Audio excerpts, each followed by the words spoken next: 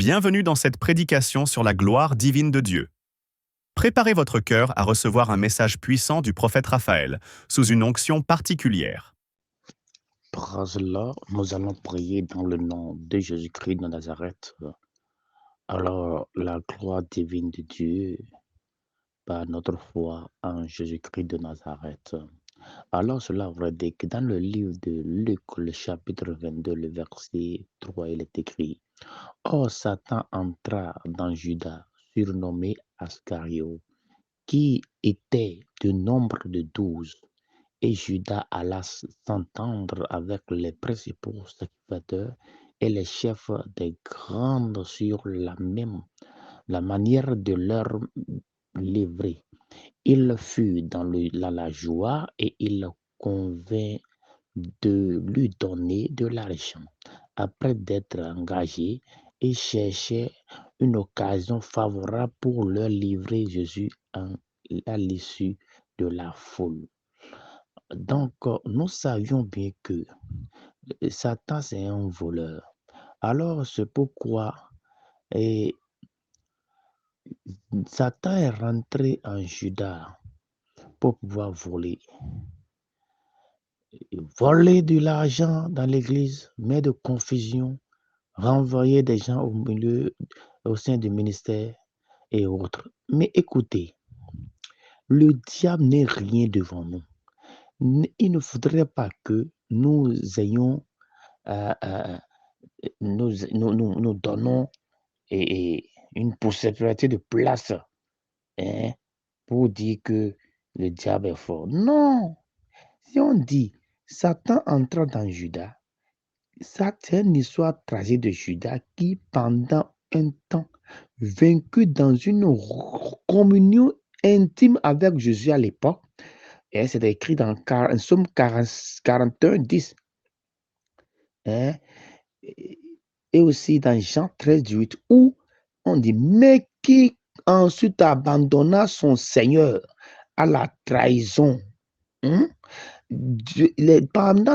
Parmi les disciples de Jésus, il y avait un Judas. C'est comme ça au sein du ministère, il y a des Judas dans les églises. Au sein du peuple, il y a des Judas. Même Dieu avait un Judas qui est Satan. Alors, il faudrait que nous mettons dans nos pensées que le Judas là, il procurera du bonheur pour nous. Et il est temps à ce que le Judas qui nous perturbe, parce que Judas, pourquoi ne se contrôlait pas? Parce que Satan est rentré en lui, qui a fait en sorte qu'il y ait de trahison.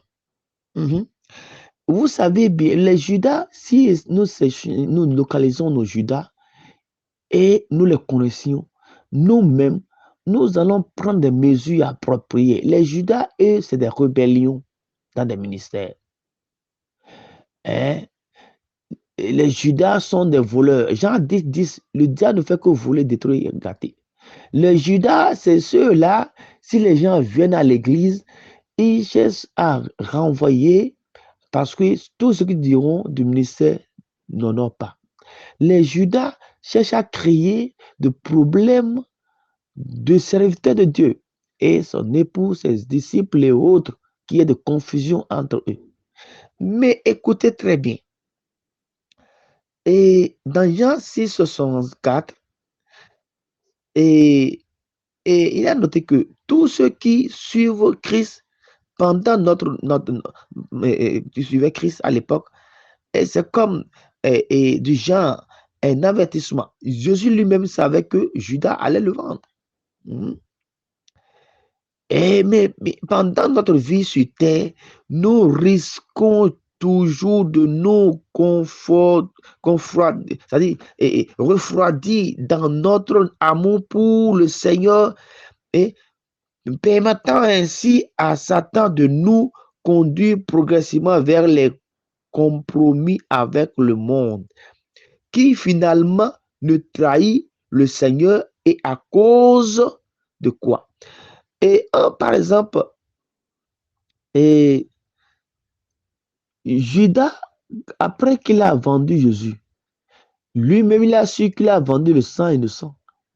Il est parti jeter l'argent avec laquelle il a vendu Jésus.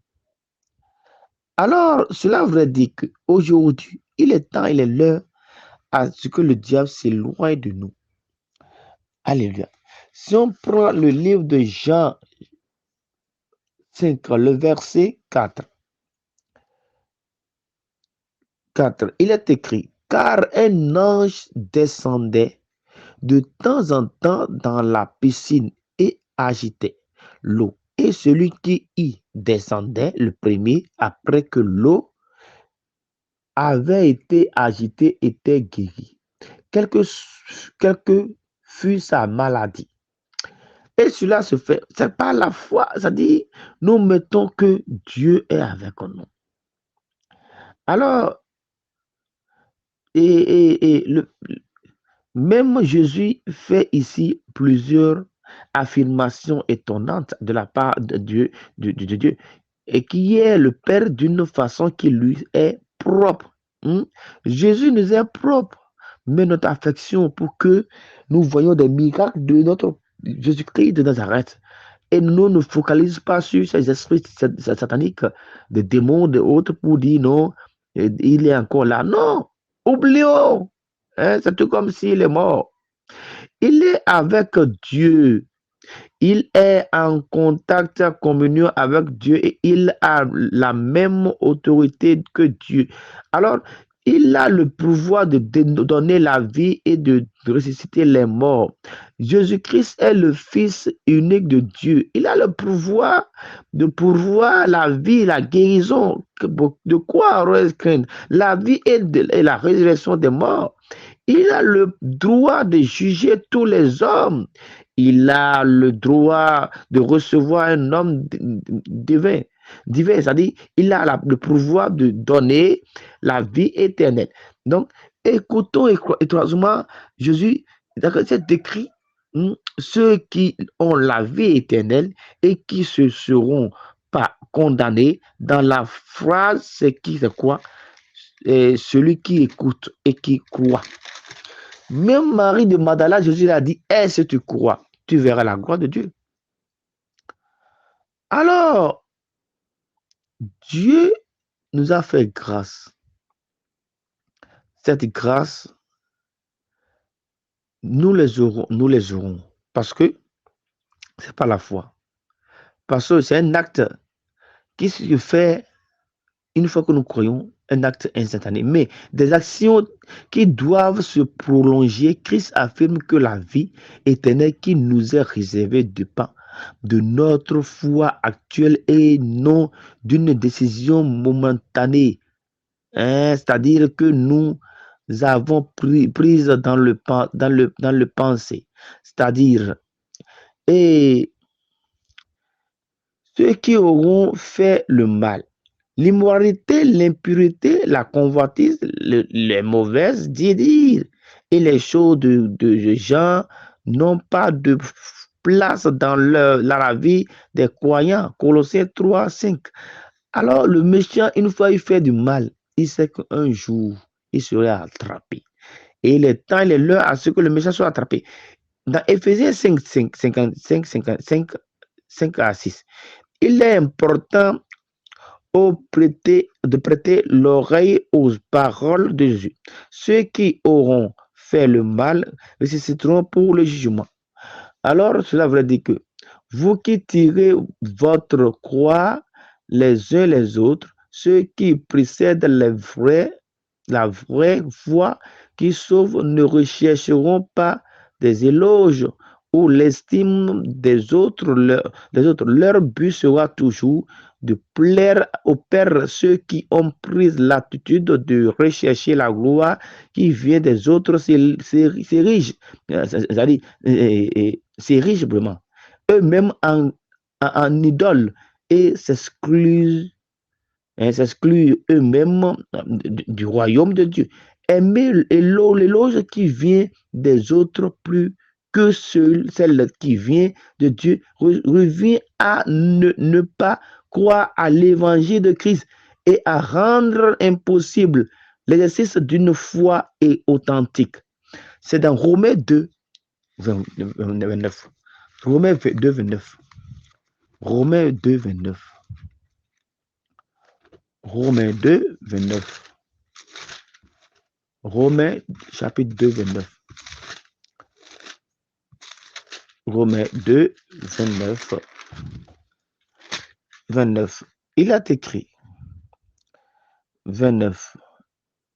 Et il est écrit, mais le juif, c'est celui qui l'est intérieurement, et la circoncision, c'est celle du cœur, selon l'esprit et non selon la lettre.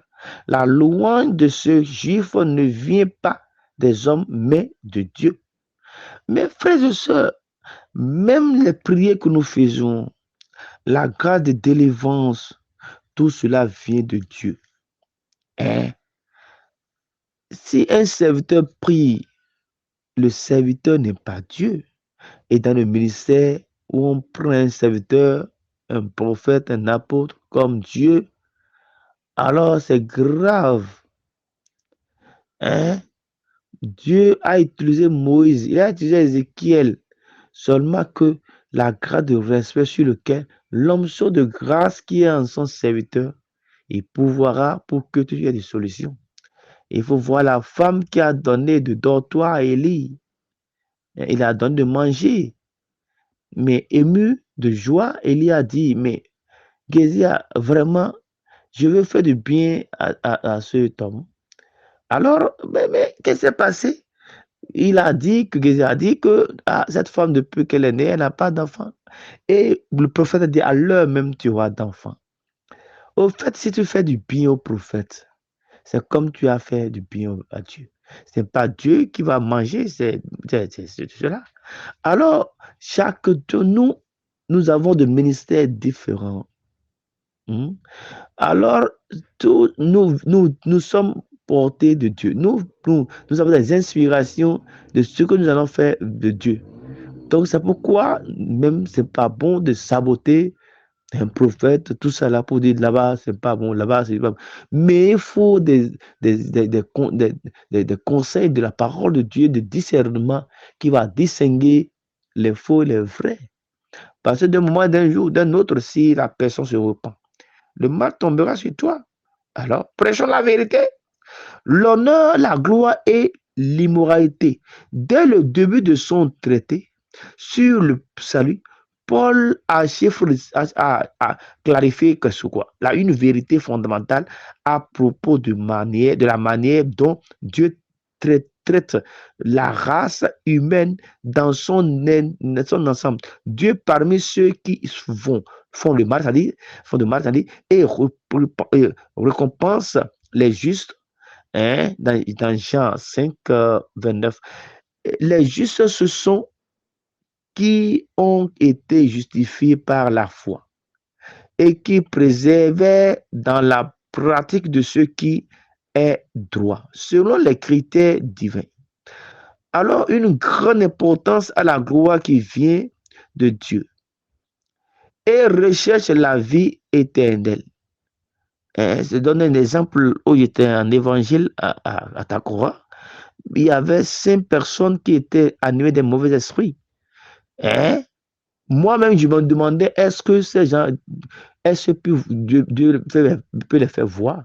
Mais à ma grande surprise, quand une seule personne a découvert la vue, moi-même, j'étais bêtement étonné. J'ai dit, Seigneur, mais celui-là, il est démoniaque. Et vous m'avez inspiré celui-là. Mais écoutez, la grâce divine de Dieu, c'est insondable. Hein? Dieu, c'est un Dieu de compassion, c'est un Dieu d'amour. Hein? Mais nous sommes divisés. Pourquoi ça? Il va falloir que nous ouvrons nos cœurs les uns les autres. La gloire, l'honneur et l'immoralité par la persévérance en bien fait dans Matthieu 24, 12, par le moyen de la grâce qui les rend capables et qui leur est donnée par Christ dans Matthieu 7, 21. Alors que fait quoi? La grâce, ceux qui font c'est-à-dire le mal sont égoïstes.